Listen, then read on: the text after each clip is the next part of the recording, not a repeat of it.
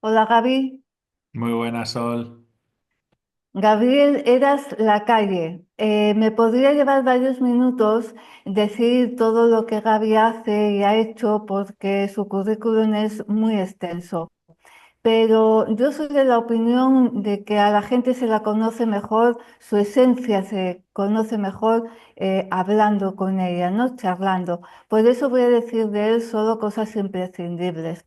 Voy a empezar diciendo que Gaby es doctor en biotecnología, medicina y ciencias biosanitarias y es médico especialista en medicina intensiva. Gaby, ¿todo esto es por vocación?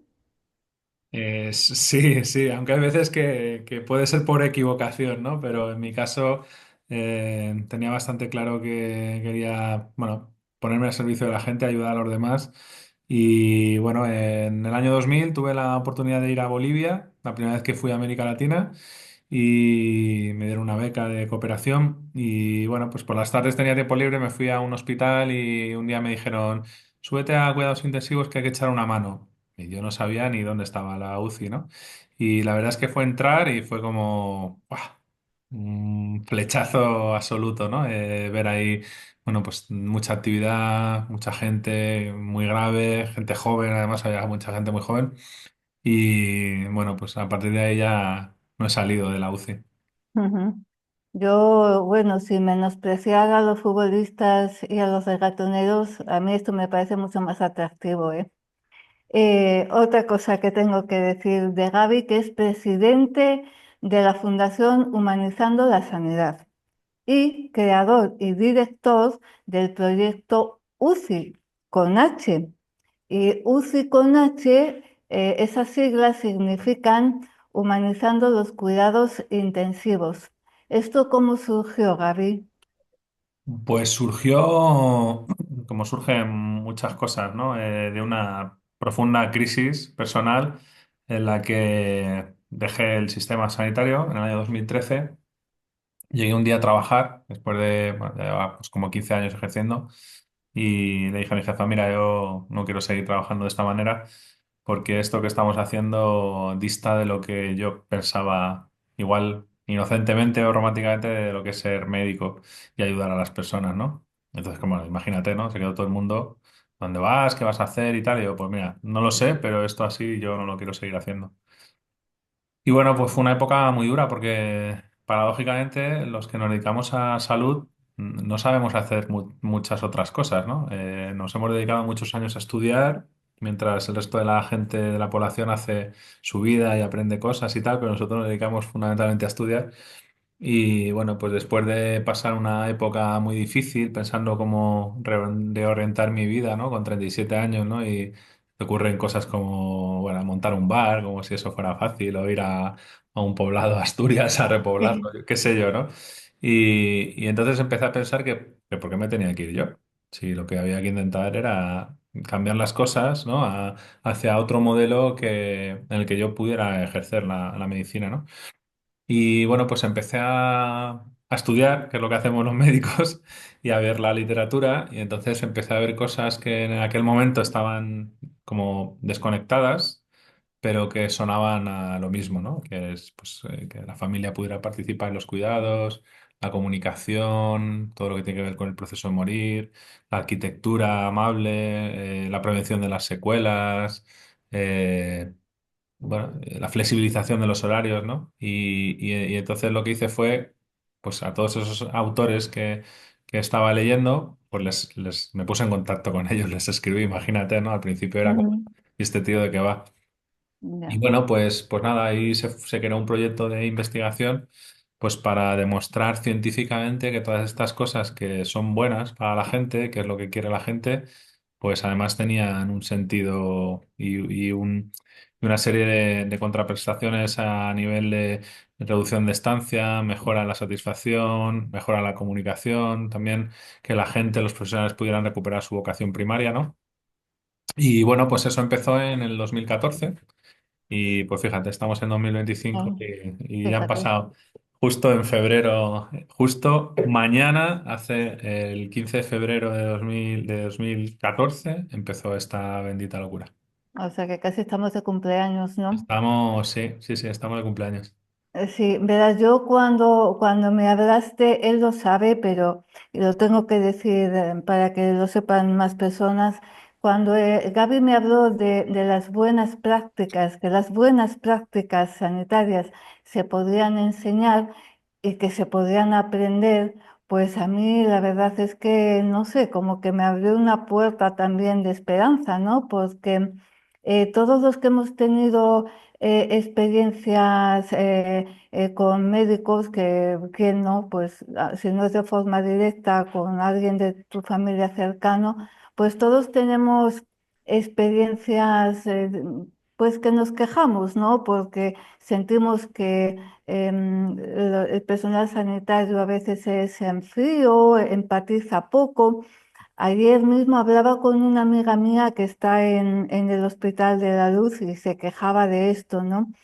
Y cuando estás en el hospital, pues hay que entender que tienes la guardia muy baja, pero si encima estás en la UCI, pues ya es que ya somos vulnerabilidad total, ¿no, Gaby? Y ahí tú tienes mucha experiencia con enfermos de UCI. ¿Qué nos puedes contar?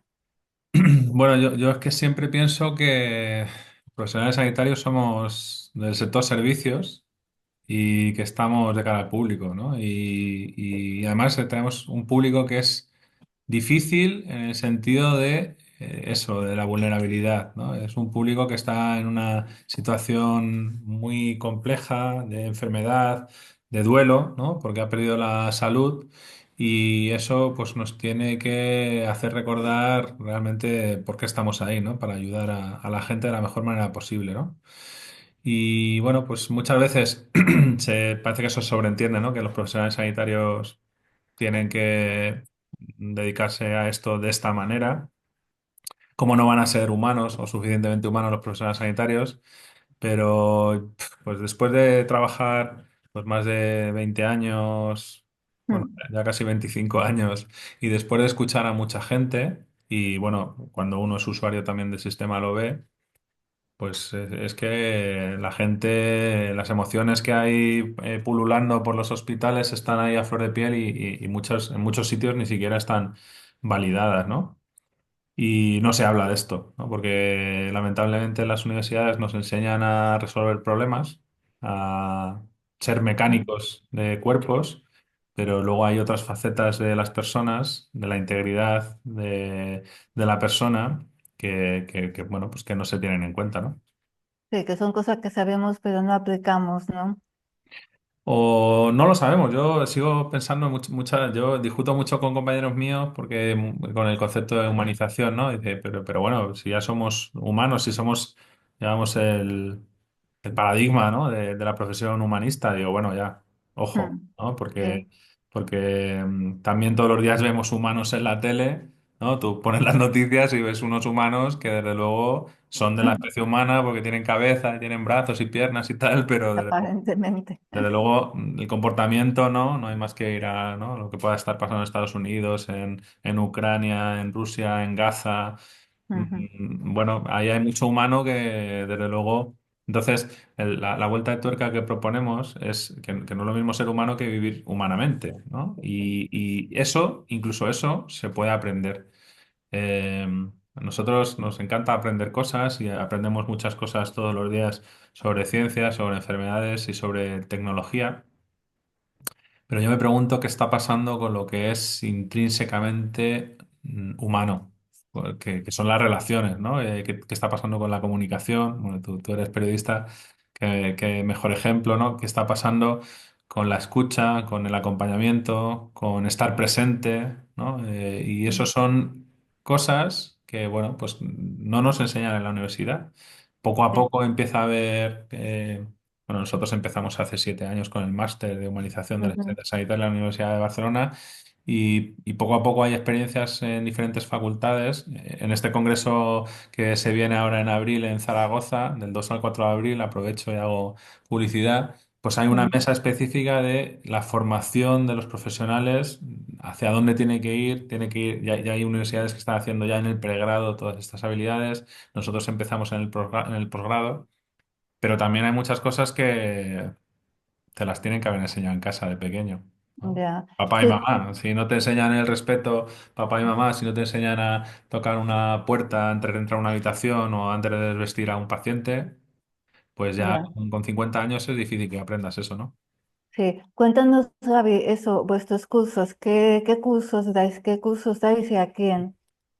Bueno, montamos hace no, en el año 17 montamos una plataforma para intentar cubrir todas esas cosas que no nos habían enseñado en la universidad, ¿no? A los profesionales sanitarios, ¿no? Entonces, pues tenemos una amalgama de cursos que es muy amplio, ¿no? Digamos, la joya de la corona, ¿no? El tope de gama de la formación es Ujú. el máster, ¿no? Que se hace en la Universidad de Barcelona y se hace a distancia, pero hay una semana que suele ser en enero presencial, ¿no? En la Universidad de Barcelona, con talleres y tal. Entonces viene gente de todas partes del mundo y es muy divertido y muy enriquecedor, ¿no? Pero luego hay otros talleres que tienen que ver con de qué estamos hablando cuando hablamos de atención centrada a la persona, ¿no? Para que la gente aprenda los conceptos básicos. Sí. Hay otros de comunicación, de prevención del desgaste para los profesionales. Hay hasta de sentido del humor para profesionales sanitarios, comunicación no verbal, comunicación terapéutica en situaciones difíciles, resiliencia, hay mucha formación, ¿no? Incluso también estamos este año haciendo la tercera o cuarta edición, me parece, de un curso que se llama de espiritualidad en clínica, ¿no? Junto con el Foro Iberoamericano de Espiritualidad, con Enrique Benito, ¿no? Que le conoces. Enrique Benito es el director de ese curso y todos desde hace 4 años se juntan, pues eso, un grupo de 35 personas en una formación muy amplia que lo que hace es ahondar en la esencia de lo que somos y desde ese punto cómo podemos estar acompañando a la gente que está en procesos muy difíciles, ¿no? Mm. Yo, qué suerte, ¿no? La gente que esté, a ver, entre comillas, que esté en la UCI y pueda estar contigo. Yo si tengo que estar otra vez, me pido que me atiendas. Bueno, Eh, yo siempre le digo a todo el mundo que mejor no vemos fuera. sí, por eso digo que eso qué suerte, pero por eso he rectificado, ¿no? Mejor fuera, sí, mejor fuera. Verás, tú sabes que yo estuve mucho tiempo hospitalizada y también pasé tiempo en la UCI. Y bueno, pues desde aquella experiencia, pues soy muy consciente de que cuando estamos en esa situación, pues vosotros nos salváis la vida. Entonces, en casos así como el mío, ¿no? Y tú que trabajas en una UCI, pues salvas la vida continuamente. Cuando sabes esto, es como que, pues ya, ¿qué más puedo pedir? No me puedo quejar, no puedo dar ni una sola queja para los médicos, ¿no? Pero yo creo que como los humanos somos por naturaleza desagradecidos, pues es muy común, sobre todo con la atención primaria, ¿no? Es muy común la idea de que el médico, pues vas al médico a hacer una consulta con problemas menos graves, por supuesto, y es la persona que te da un ibuprofeno, paracetamol para casa. Bueno, y antidepresivos, ¿no? Que también dan muchos. Esto también debería cambiar, ¿no? Lo de la atención primaria. Bueno, es que al final, o sea, nosotros partimos de la base de que el sistema está mal pensado. Tiene un error brutal en el diseño.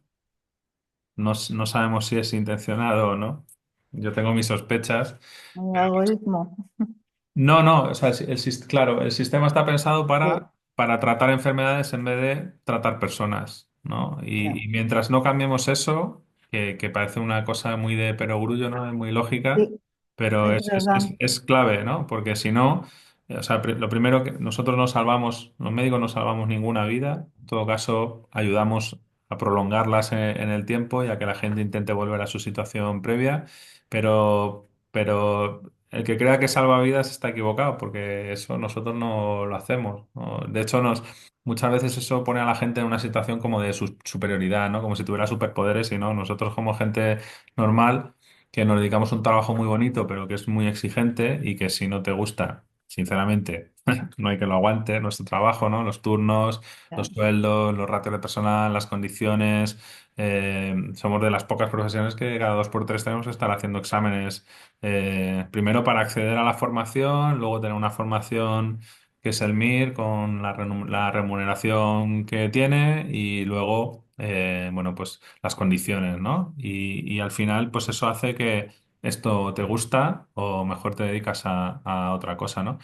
Entonces, claro, efectivamente podemos dedicarnos solo a... ¿Cómo tú me vas a decir a mí, oye, si te hemos salvado la vida, ¿no? Como que, ¿qué más quieres, no? Yo creo que sí. Yo creo que se puede hacer eso de una manera, además, que respete la dignidad de las personas, ¿no? Y respete los derechos fundamentales de las personas. Y yo, lamentablemente, y siempre que lo digo en alto y me duele decirlo, los hospitales son sitios muy poco hospitalarios donde se violan los derechos fundamentales de las personas todos los días. Y eso hay que cambiarlo, ¿no? Porque aunque sea por puro egoísmo, ¿no? Porque al final, como decía Albert Jovel, claro, el paciente es una cuestión de tiempo, nos va a pasar a todos y si no eres paciente eres acompañante y yo quiero que me traten en un modelo que se respete pues mi criterio, mi opinión, que se me deje participar, que se me escuche, que se planifique las cosas en función de mis necesidades, no de una agenda o de, ya, o de un tratamiento determinado, ¿no? Porque aumente la supervivencia un 10%, ¿no? No. Eso yo creo que la gente poco a poco se da cuenta. Además, el problema fundamental del sistema es que está muy, muy arraigado, ¿no? Y llevamos muchos años haciendo las cosas de una manera y lo más difícil en cualquier organización es cambiar la cultura, ¿no? Cambiar, claro, cambiar la manera de hacer las cosas. O sea, nosotros podemos estar proponiendo una maravillosa rueda redonda, ¿no? Para que tú pongas a tu sí, carro y dejes de estar tirando el carro, que es muy cansado, pero la realidad es que vencer esa las personas inercia, somos resistentes a cualquier cambio, ¿no? Ya no solo sí, a esto, ¿no? Sino a cualquier cosa, todo te da pereza o todo te da miedo porque no es lo que llevas haciendo habitualmente, ¿no? Aunque te esté sí. costando mucho esfuerzo. Cuando hay algo establecido es una pelea, no es una resistencia enorme, aunque sepas en el fondo de tu corazón que esa idea es buena, pero sí lleva razón, hay que ser valiente para Bueno, hacer cambios. hay que ser antisistema, ¿no? Porque, como decía antes, el sistema está pensado para otra cosa, ¿no? Y muchas veces o nos paramos con un Ah, espíritu crítico a reflexionar sobre, a ver, tú entras en un hospital y lo único que ves es gente enfadada. sí, Es así, o sea, los pacientes nadie les hace caso. Las familias probablemente ni las veas, porque siempre donde pone no pasar, ¿no? Y luego los profesionales siempre estamos cabreados, ¿no? Entonces, al final, si todo el mundo está todos los días enfadado, ¿qué tenemos? ya, Todos maestros del enfado, ¿no? Entonces, claro, eso no es nada productivo, ¿no? Y por eso nosotros pensamos, desde la Fundación, desde el Proyecto UCI, pensamos que hay que cambiar el sistema y hay que volver a centrarlo en las personas o hay claro, que centrar a las personas si es que alguna vez esto estuvo así, ¿no? Que yo tengo mis dudas, ¿no? Pero muchas veces también la gente, para poner un poco de paños calientes, habla de, no, hay que rehumanizar el sistema. Y digo, bueno, primero habrá que humanizarlo, para rehumanizarlo, ¿sabes? sí, sí, que claro, hablas, Gaby, mandas los mensajes muy bien, ¿eh? Yo creo que aquí el comunicador eres tú más que yo, seguro. Quiero hablar de un libro que ha escrito Gaby, que se llama En primera línea y que relata, empieza con el primer caso de coronavirus que hubo en una UCI en España, ¿verdad? Y a partir de ahí, cómo la cosa se fue complicando más y más y más hasta convertirse aquello en una locura, en algo inimaginable ni en en las más películas de ciencia ficción más extrañas. Cuéntanos, Gaby, un poco esa experiencia tuya que cuentas en el libro en la UCI con el coronavirus al principio de toda la película. Bueno, eso fue cosas extrañas que ocurren en la vida. Yo en aquel momento trabajaba en la unidad de cuidados intensivos del Hospital de Torrejón en Madrid y bueno, pues finales de febrero todos estábamos viendo la televisión, ¿no? Y viendo a los chinos cómo construían rápidamente hospitales y, ay, pobrecitos los chinos, ¿no? Y luego ya ver a los italianos. y de repente, claro, el hospital nuestro está muy cerca del aeropuerto, ¿no? Entonces pensamos, no sé si tendrá que ver o no, pero la realidad es que pues tuvimos ahí el primer caso de un paciente diagnosticado de COVID en una unidad de cuidados intensivos, ¿no? Bueno, pues eso fue, pues imagínate, ¿no? Era como las películas, efectivamente, ¿no? Y de hecho luego se hizo una película incluso, ¿no? 2020. Y bueno, a mí me contactaron de la editorial Península, ¿no? A través de un periodista del país, de Pablo Linde. Me contactaron para que contara la historia desde dentro, ¿no? Y yo les Sí. dije, mira, eso lo puede hacer cualquiera, ¿no? Yo lo que quiero es hablar de la humanización de los cuidados intensivos y cómo el coronavirus, pues todo el esfuerzo que llevamos construyendo los años previos, ¿no? Del 2014 a 2020, pues en un mes todo se fue a hacer puñetas, ¿no? Era así. Yo Ya, justo antes, el año antes de la pandemia, estaba haciendo 1 o 2 viajes al mes a América Latina, a diferentes partes del mundo, pues a dar conferencias, a hacer procesos de certificación a las unidades. Era una locura. O sea, mi vida en aquel momento era muy, muy intensa, ¿no? Porque la gente se estaba dando cuenta que el modelo tenía que ser este, ¿no? ajá, Y fue muy doloroso que, pues eso, prácticamente en un mes todo fuera. O sea, fuera la comunicación, fuera las ya, visitas, la gente muriéndose sola en los hospitales y, bueno, pues todo lo que ya pasó en la pandemia, que todos sufrimos de una manera o de otra, ¿no? El aislamiento, la soledad, todo lo que nosotros llevamos trabajando tanto tiempo, intentando construirlo, pues de repente, de un plumazo, ¡pah! Fuera, mm, ¿no? Entonces yo les dije a la editorial, mira, a mí si me dejáis hablar de mi libro, si hablo de humanización, yo puedo contar la historia del COVID a través de la humanización. O sea, lo que estoy viendo en el día a día. sí, Y en total, que ellos picaron, ¿no? Dijeron, venga, va, adelante, ¿no? Y bueno, pues el libro es como un relato en primera persona de lo que vivimos los sanitarios en aquella época, sí, experiencias que ocurrieron. Y yo solo lo cuento como si cualquiera que se lo lea se sube a mi espalda, ¿no? Yo le llevo en brazos, ¿no? Y va viendo que todo, vea, y va viendo todo lo que está pasando en la UCI, ¿no? sí, Y bueno, realmente cuenta una parte muy pequeña de la pandemia, ¿no? Porque nosotros fuimos también de los primeros sanitarios que caímos enfermos, ¿no? Y de hecho, el libro fue escrito en un tiempo récord, en el tiempo que yo estaba de baja, ¿no? Que estaba aquí en casa como un gato encerrado, sintiendo que tenía que echar una mano a mis compañeros, pero estaba confinado por el COVID y tal. Y bueno, pues para mí fue una experiencia terapéutica, ¿no? Escribir y compartir y vomitar, ¿no? Todo lo que estuvimos viendo y viviendo en la pandemia, que por un lado sacó lo mejor de las personas, pero también sacó lo peor de las personas, ¿no? Y de la sociedad, ¿no? Y las relaciones entre los diferentes hospitales, la ayuda de unos, la falta de ayuda de otros, la solidaridad, el miedo al contagio, las ya, adicciones, eso, la muerte en soledad, ¿no? Entonces, todo esto habla el libro, ¿no? Que para mí fue como eso, como un diario de alivio, ¿no? Para poder purgar todo eso esa situación tan surrealista que estábamos viviendo los sanitarios, ¿no? sí, es muy, muy fuerte. Yo lo recomiendo porque fíjate que yo estuve en la UCI y lo que tú dices cuando has dicho, yo es como si te llevase en hombros para, pues sí, yo tenía esa sensación que yo habiendo estado tiempo, cuando tú lo contabas, yo lo leía y veía mucho mejor, entendía mucho mejor cómo funcionaba aquello. Y eso que yo ya estaba fuera del hospital, ¿eh? Pero sí, me gustó. Esta parte de la conversación quería sobre todo eso, remarcar, ¿no? Que también los médicos, bueno, el personal sanitario en su conjunto, pues claro, también tiene sus problemas y tiene su corazoncito. Y hay quien pasa de todo, pero hay luego hay otros profesionales que empatizan tanto, ¿no? Les pasa al contrario, empatizan tanto con un enfermo que se llevan el problema a casa. Y esta gente, como tú has dicho, también necesitan, vosotros también tenéis manuales para saber cómo tratar esto, ¿no?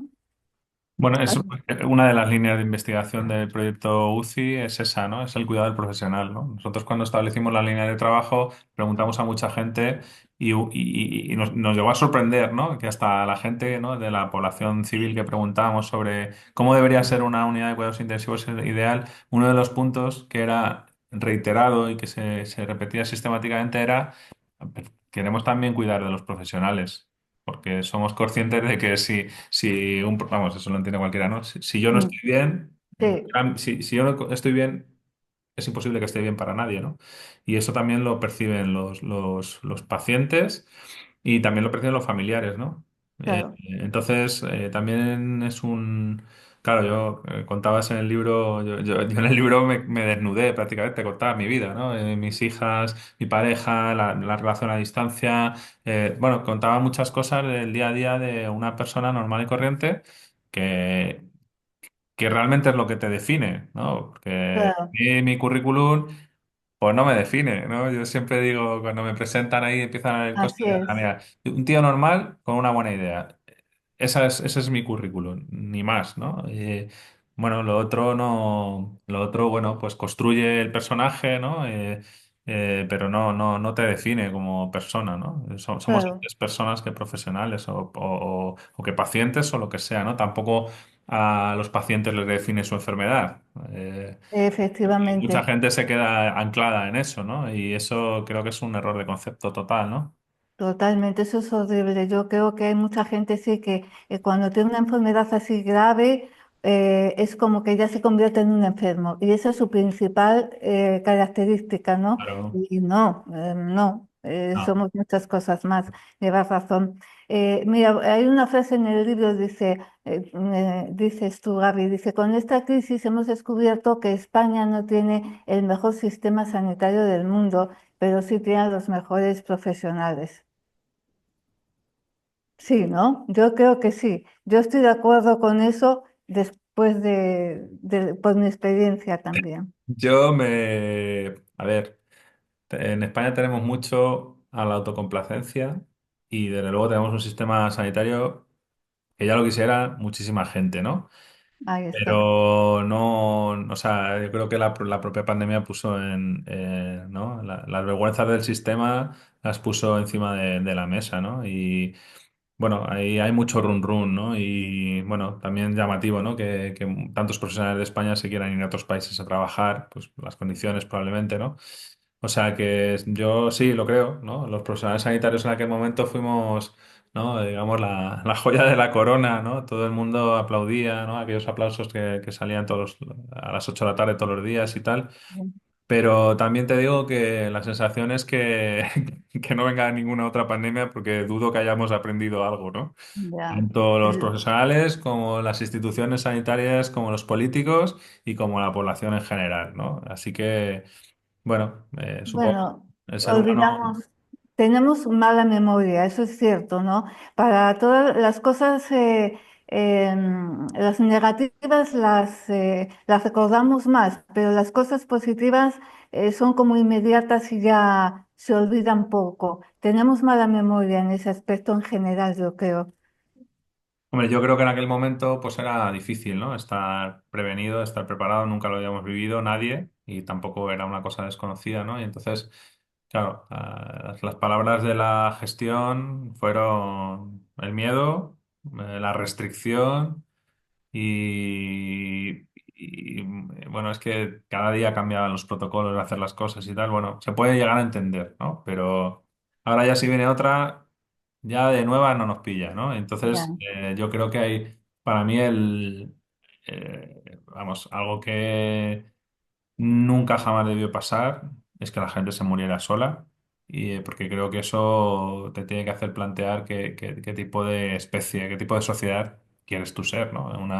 Una sociedad en la que venza el miedo o que venza un patógeno a los afectos y el cariño y el amor de las personas, ¿no? Y creo que, lamentablemente, fíjate, nosotros en nuestros manuales empezaron a escribirse en el 2017, o sea, todo eso estaba escrito en los manuales. Y ya, siempre que hablo de esto a mí lo digo con amargura, ¿no? Porque si la gente en global se hubiera tomado en serio todo ese trabajo de humanización, pues muchas de las cosas probablemente no hubieran pasado, ¿no? Pero bueno, por otro lado, también creo que mejor marketing que el COVID para la humanización no lo ha hecho nadie, Eso te iba a- ni nosotros ni nadie, ¿no? Porque ya toda la población ha visto la importancia que tiene la atención centrada en la persona, no solo en los hospitales, sino en la sociedad. Sí, es que pensar lo de morir solo, que creo que es lo más profundo que, no sé, de lo que podemos hablar, ¿no? En esta conversación, si te lo piensas un momento, te paras y lo piensas, es terrible. Yo recuerdo ver las primeras imágenes de ataúdes en las residencias de ancianos, que eso también tuvo que ser terrible. Pero yo estaba con mi guerra y apagué la tele y nunca más la volví a ver en un año y pico. Bueno, tampoco la veo ahora, pero eso es otro tema.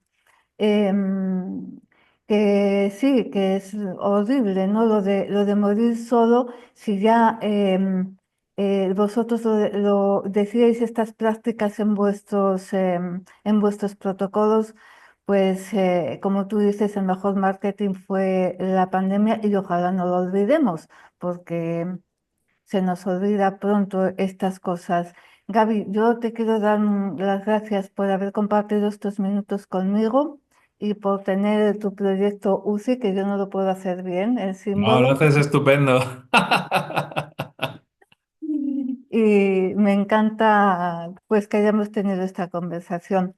Y bueno, voy a apuntar una cosa que no tiene mucho que ver con el tema, pero ojalá y hubiese algún periodista que humanizase también el periodismo, que se autocriticase y que empezase a hacer las cosas de otra manera. Bueno, eso nunca se sabe, ¿eh? Porque en el año 19 se creó el proyecto de humanización de la policía Ah, y a este congreso van a venir a contar su manual. bueno, o Sí. sea que puede ser, ¿no? Puede ser. Y también hay un proyecto de humanización de la justicia, ¿no? O sea que, bueno, al final esto es una cuestión de volver a los valores y de poner a las personas en el centro, ¿no? A ver, diría que el que esté libre de pecado que tire la primera piedra, ¿no? Eso Porque es, se podría hacer humanizar la política, humanizar el deporte, humanizar, ¿no? Lo que tú quieras, ¿no? Y al final es totalmente. poner a las personas en el centro, ¿no? Y que seamos realmente las protagonistas y en nuestro caso que no sean las enfermedades las protagonistas, ¿no? Me alegro saber esto y lo que acabas de decir, lo mejor frase para terminar. Gracias, Javi. Bueno, un beso. Un beso.